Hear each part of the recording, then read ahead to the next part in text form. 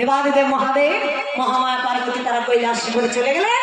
আর এদিকে অনাদিরাদি প্রাণ গোবিন্দ সমস্ত ব্রজগোপীর মনের আশা পূর্ণ করে তিনিও চলে গেলেন। এমন সময় আজ কি হলো, আজ সেই কলিযুগ আগত, যেই না কলিযুগ এসে উপস্থিত হয়েছে, এমন সময় অদ্বৈত আচার্য দেবাদিদেব মহাদেব অদ্বৈত আচার্য রূপে জন্ম নিয়েছে। জন্ম নিয়ে বারবার প্রভুকে ডাকছে। আর কি বলছে, বলে এখনো কি সময় হলো